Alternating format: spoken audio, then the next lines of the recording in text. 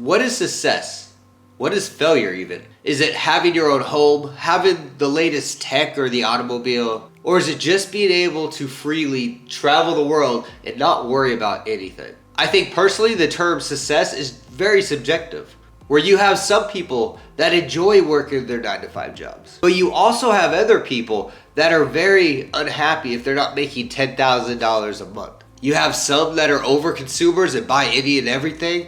On the other side, you have people that are minimalists that don't really buy anything. So who's actually right when it comes to success? Because all these types of people feel that they are successful. And the answer to that is they're all right. Success is something that we align to, be it the culture we live in, the things that we perceive, and the people that we look after.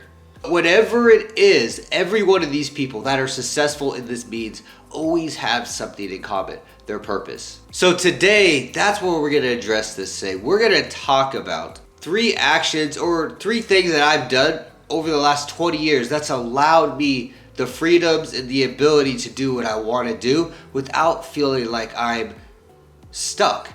And at the same time, allow me to use the term successful for myself. Find your purpose. Create a better version of yourself, avatar. And 3, just make $1 a day.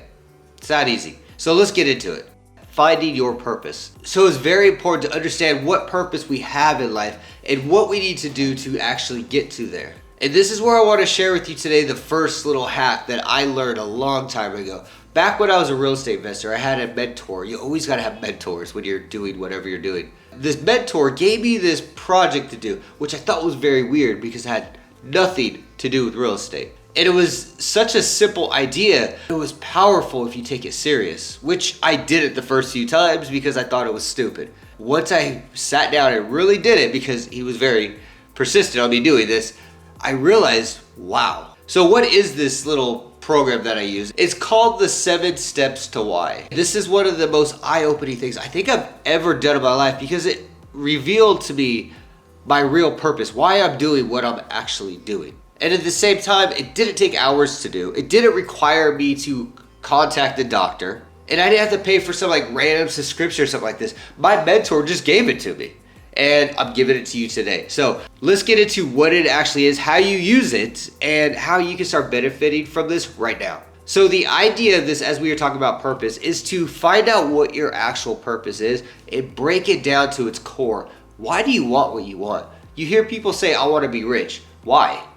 And then they look at you stupid, like, so I can buy something. All you need, again, is a piece of paper and a pen. You're going to number it from number 7 on the top all the way down to the bottom, number 1. That's it. And your number 7 is going to be your purpose in life. What is your desire? What do you want? Do you want to be rich? Do you want to travel? Do you want to own your own home? Do you want to be married? Do you want to supply your kids with a better education? What is your true desire? Then we ask why. So let's say hypothetically, you say, I want to be rich. Why? Number 6 is going to be that answer. This is going to take a while. So don't expect you to have this from 7 to 1 in like 5 minutes. This took me personally a couple hours to get done the first time when I was kind of goofing off. When I took it serious, this started taking hours. So we want to, with the example we're going to give you, number 7, I want to be rich. Why? So I can retire early. Why? Because I want to start traveling around Southeast Asia. Why? Because I want to learn about other cultures around Southeast Asia and better my knowledge of these countries. Why? Because I see a lot of these countries are suffering financially. Their educations are suffering.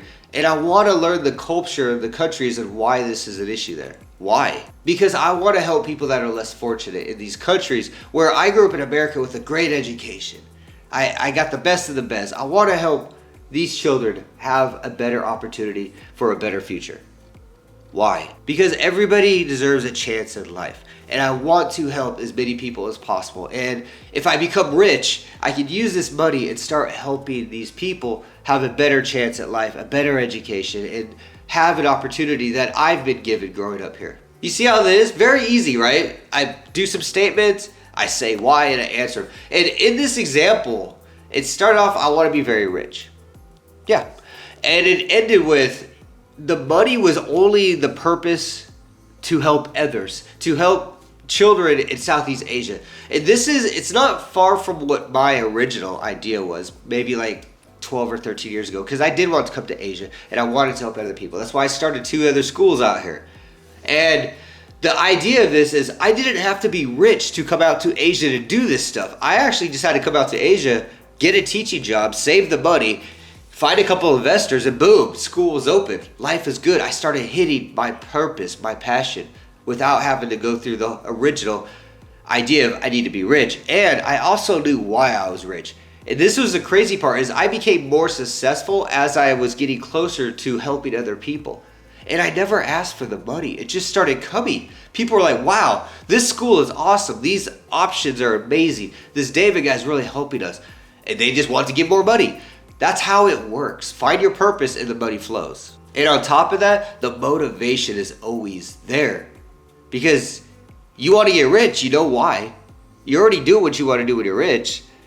What more do you need? Keep watching or pause this video and do your own 7 why survey and find out what your true purpose is. Whatever it is, it's fine.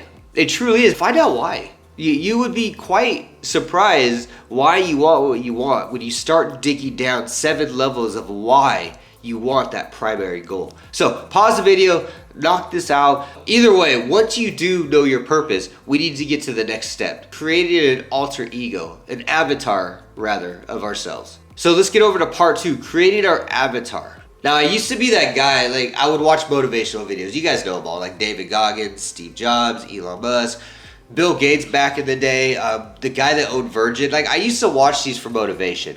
And then I'd be like, yeah, let's get stuff done. Let's get my tea. Let's start cracking out on the computer and let's get rich. Now, I started realizing there was a problem with this. I would get motivated. I would start doing some work and the dopamine would disappear in like an hour, maybe 2 hours. And I was going back to the motivational videos. Nothing ever got done except consuming motivational videos. Nothing really ever got produced. And this is when I started wondering, like, how am I ever gonna be like the best me? And then I started wondering, like, who the hell is the best me? And that's when I came up with this idea. I created this avatar of myself. This perfect world situational David that if he did exactly what's up here and stopped goofing off watching these videos, motivational videos for like 70 hours a day, and actually start putting more effort into doing stuff, who would this David be? And this is where I started realizing I need to make this David, because if I could beat this David or stay up to date with this David, like current with him, I could be that David. But if the other David is constantly working on videos, constantly writing, I am constantly watching Tom and Jerry on YouTube and sleeping and eating every 25 minutes, I'm not gonna be that David, and it's just a pipe dream at that point. So we need to make that pipe dream a reality. And that's when I realized I can never be that David if I don't beat that David. Once I realized this little tactic, this hack, I was able to go forward no matter what people were saying, no matter my situation, financially or mentally or whatever it is, I always could win. So when I finished the military, I went to university. I was getting my GI Bill. I still got 2 jobs. I got 1 job at KFC as a cook. And then I got a second job, wait for it, at Popeyes. I was a dishwasher. And again, I already had a GI Bill. I was already getting paid a stupid amount of money. Now, my free time, going to university was studying. It was also working, washing dishes, cooking chicken and whatnot. The reality was there was so much more. I was working at the local school. So the school, Olympic College in Bremerton, Washington, had a gym. And they had this like window open. They're like, hey, if you come in here, you help clean up, put the weights back here or there, you could work out for free for an hour every day. I was like, done. So I had to wake up every day at 4 a.m. I ran 5 kilometers. This was already something I already did out there. I went to school, I helped clean up the gym, and I worked out. 7:30 a.m. was my first class. Went through my classes, and about 12:30, 1 o'clock was lunchtime. I went over to KFC. I started cooking. This was my shift for 4 hours. I had to go there and work. I was part-time at these jobs. The plate was overflowing at this point. But here's the crazy part. I always was early. I was always 15 minutes early. I always worked hard because I had this idea of like, who I want to be. This is who he is. So I was always early, always working. And one day, Popeyes offered me a shift supervisor position, $4 extra an hour to quit my job at KFC. Literally verbatim what he said. To quit your job at KFC, $4 an hour will give you a shift supervisor position at this location. I think it was out in Port Orchard, if I'm not mistaken. So I took the job because I'm like, yo, this is cool, dishwasher to shift supervisor. And again, it was because of my persistence, working hard. He knew I was going to school full time. He knew I was working at KFC part time. He knew I was working with him, obviously. He already knew I could cook. I mean, I'm making KFC chicken. And then here's where things got crazy. I took it serious. I'm like, wow, shift supervisor. So I started helping reamp the schedules and better produce results. I started getting our customer reviews like skyrocketing. And this is all why I'm still going to school, working out in the morning, running 5 kilometers every day, right? And I got to talk to the guy. His name was Bob. I remember Bob. Bob was he's the owner of this restaurant. And he knew that I was going through school. He knew everything what I was going through. Apparently, they've talked about me a lot.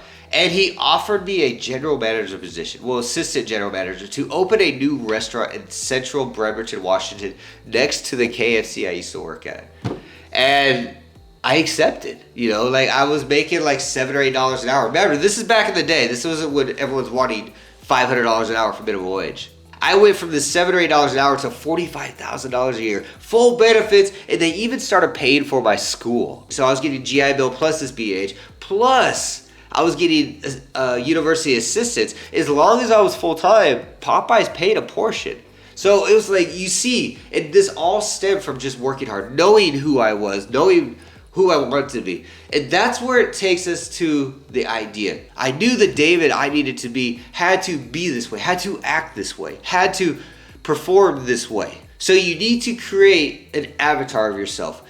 And don't be stingy with what you do. Everything, like, what should he look like? What should he do? How does he dress? What does he eat? What types of friends does he have? What is his girlfriend like? What is his boyfriend like if you're a girl? What lifestyle does he live by? What books does he read? His morning habits, his fitness habits. What friends does he have?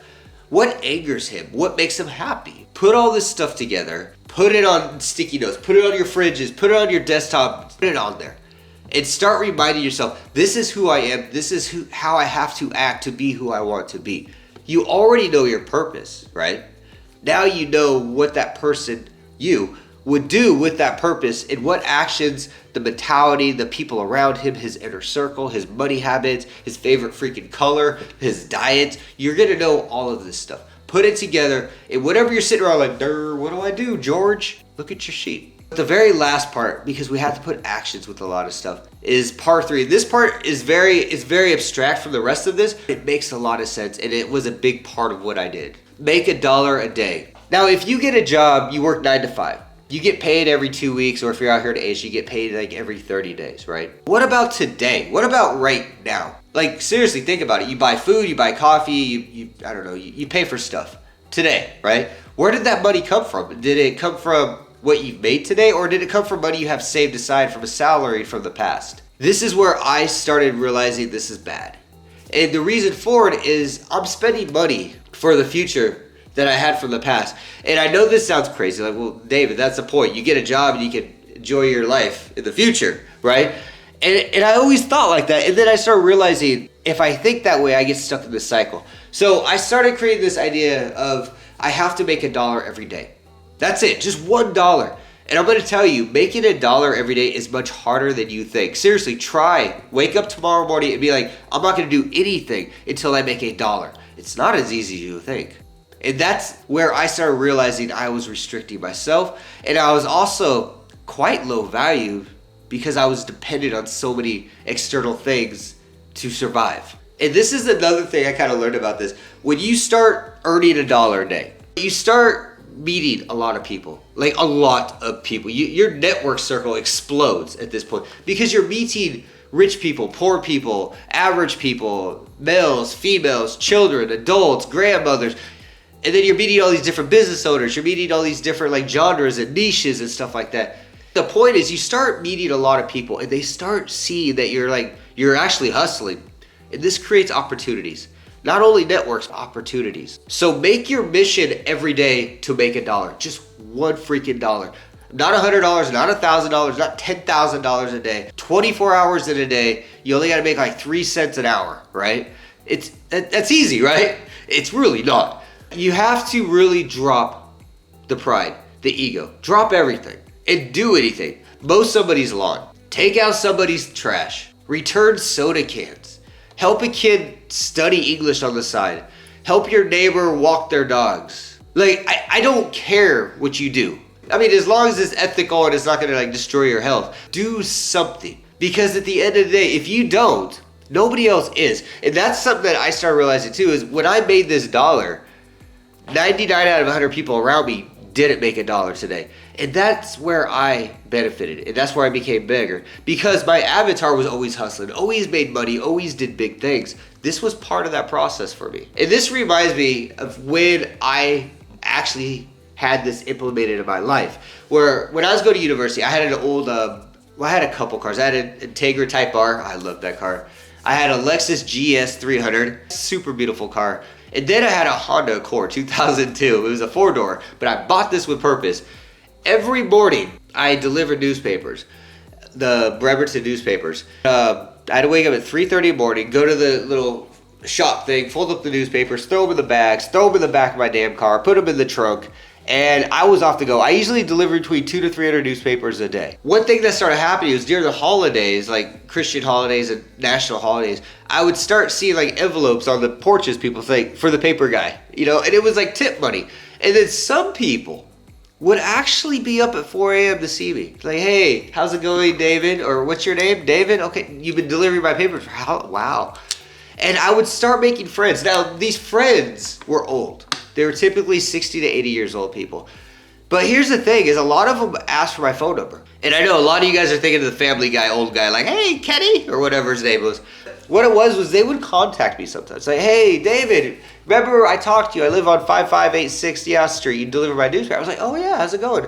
He's like, hey, so my porch is full of trash. It's mostly newspapers because I don't read them. I just like to pay for newspapers or some other junk. Do you mind coming over this weekend? Do you have time? Can you help me organize and clean it? Or rather, can you do it because I can't lift this stuff? And I'll give you a couple $100. Done. And I started doing this. Here's the cool part. The stories I heard, because these guys, these females, they love to talk about their lives. They've lived long lives, fruitful lives of failures and successes. And I would just hear them all. And some of them would introduce me to other people. And this is what got me into doing real estate investing outside of Portland, Oregon. I bought a house in Bremerton at this point. I bought a house in Olympia, and I also bought a house in Oak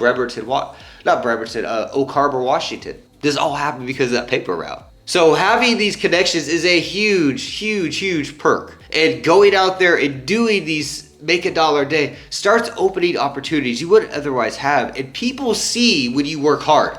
People see this stuff. I see it. When I'm out here in Asia, I see the ones that shine, the ones that work hard, that are putting the extra effort into it. And by nature, even when I was a teacher, if I saw students that really put their hard effort in, I spent more time with them. And I got called out for it a lot too. Like, hey, David, you're always like talking to this student. Why don't you talk to the others? And the first thing in my head is like, they don't give a shit. They don't want to be here. They don't want to learn. They know they're trying to pass a test. They know their parents are paying for these grades. This one cares. You know, it attracts like-minded people together to where you start helping people that really want to be helped. And I was out there hustling, and these people saw like, wow, this guy's really trying to do it. And I've done that, so I'm going to help this guy. None of this happens overnight, and it starts by making $1 a day, knowing your avatar, and knowing what your purpose is to follow. So find out what your purpose is. Create that avatar, and start making $1 a day. And I promise you, God will deliver. You will make that dream, that goal, that passion that you truly want. And the only thing slowing you down are just excuses at this point. So, video's over. Write down your 7 whys. Write down that avatar and start making $1 a day starting tomorrow. Till then, guys, I will see you again.